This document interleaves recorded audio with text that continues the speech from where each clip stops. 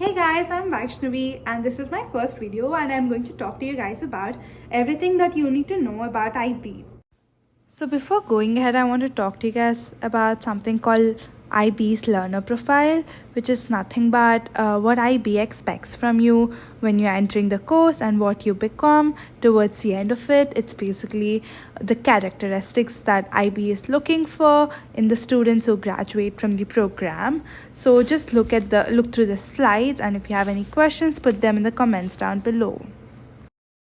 What happens in IB? So IB is an application based curriculum, so it can slightly get rigorous, but it's very doable. It's a 2-year long program towards the end of which you'll get a diploma which you use to apply to the universities. So in IB you are expected to choose 6 subjects for 2 years, so you're not allowed to change.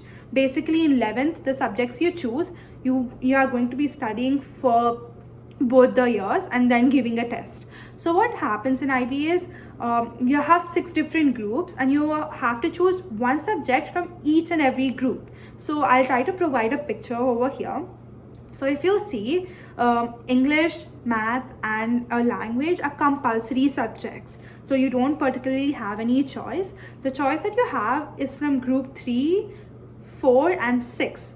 So if you see group number 6, it's more inclined towards arts, theatre and that sort of stuff. So not everyone has to be interested in those kind of subjects, and if you are not interested, you can choose any other subject from either group 3 or group 4.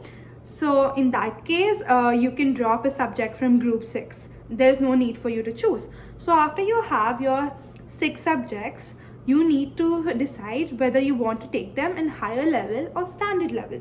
So basically higher level takes you it helps you understand the subject more in depth. Standard level is also it's very similar to higher level, but it covers less syllabus and probably not as rigorous as what higher level students will be learning.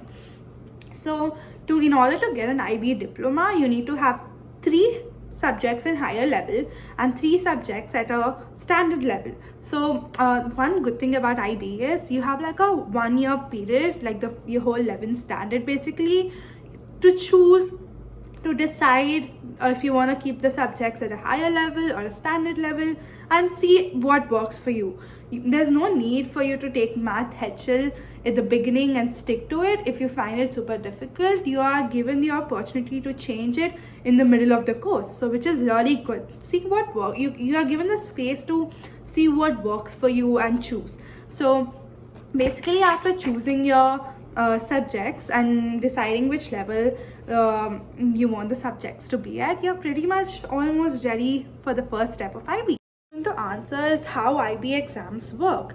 So IB exams work very differently from how CBSE and ISC exams work. So how you technically have A, B, C, D as grades, IB has grade points from 1, 2, 3, 4, 5, 6, where 7 is the highest, 1 being the lowest. So how it works is, for every subject you are supposed to be doing internal assessments. So you have 6 internal assessments that you need to do, which consist of 20% of your grade, and remaining 80% of your grade is the actual board exam that you will take towards the end of 2 years. Well, one thing to note about the board exam is it has the syllabus that you learned in both from 11th and 12th. So it just doesn't consist of the syllabus that you have learned in 12th. It's a combined syllabus that you will be writing towards the end. And one more thing that you need to note is every subject will have minimum of 2 or maximum 3 or 4 papers, depends on the subject. And there's nothing to freak out about it. If you have like 2 papers, one may be of application based, one will be of theory or something of that sort, and it will be very balanced, but both the papers will be testing you on the complete syllabus. And one more thing to note is the exam paper is not going to be out of 100. Every paper will have different value or whatever. Like few papers can be just of 30 marks and few can be of 130 marks. So there's nothing in particular about the mark range, and it will differ from subject to subject. So there's nothing to freak out about thinking that, oh my god, there are 3 papers or 2 papers. It's going to be pretty chill. That if you're prepared right from the very beginning, IB is doable. It's a very chill, it's a very fun process that you can experience. So basically you can get 7 points for each and every subject. So from subjects you get 42 points.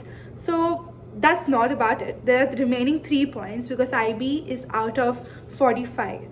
So now I'm going to talk to you guys about how to get those 3 points.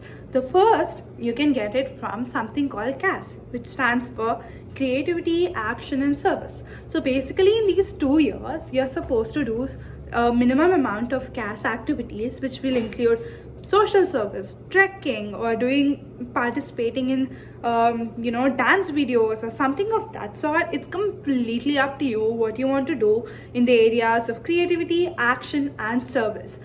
And you will be filling up your forms and giving it to your CAS advisor, who will be submitting it to the IB board, and you will technically be getting 1 point. And usually all the IB students will get this 1 point because that's the fun part about IB. Who doesn't like a trek? Come on. The second 2 points that you can get is via TOK and extended essay. So TOK is nothing but theory of knowledge, and it's also a subject that you take from the beginning of the first year, but you don't necessarily write an exam in this subject. What you do is you write a 1600 word essay.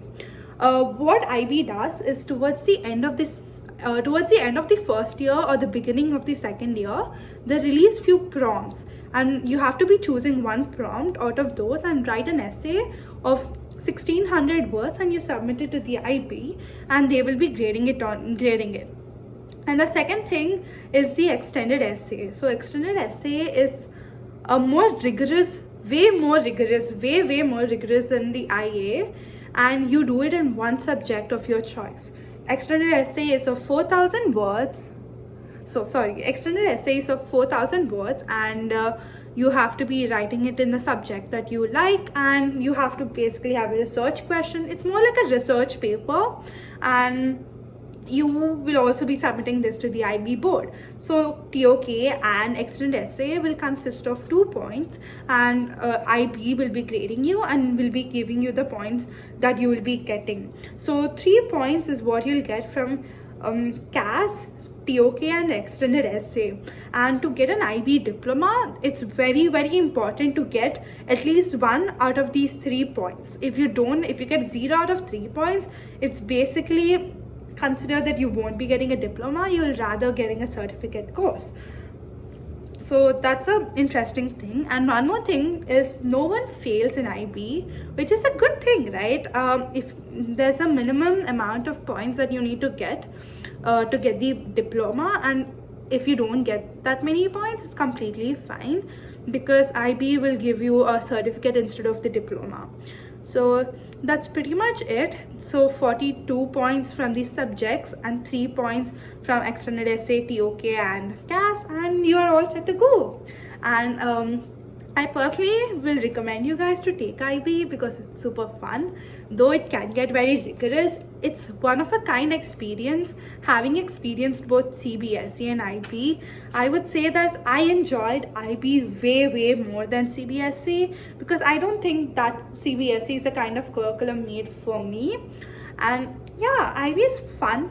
It can get tough, but it's really fun. And yeah, if you have any more questions, please leave them in the comment section down below. I'll make sure to answer them. And thanks for watching my video. Bye.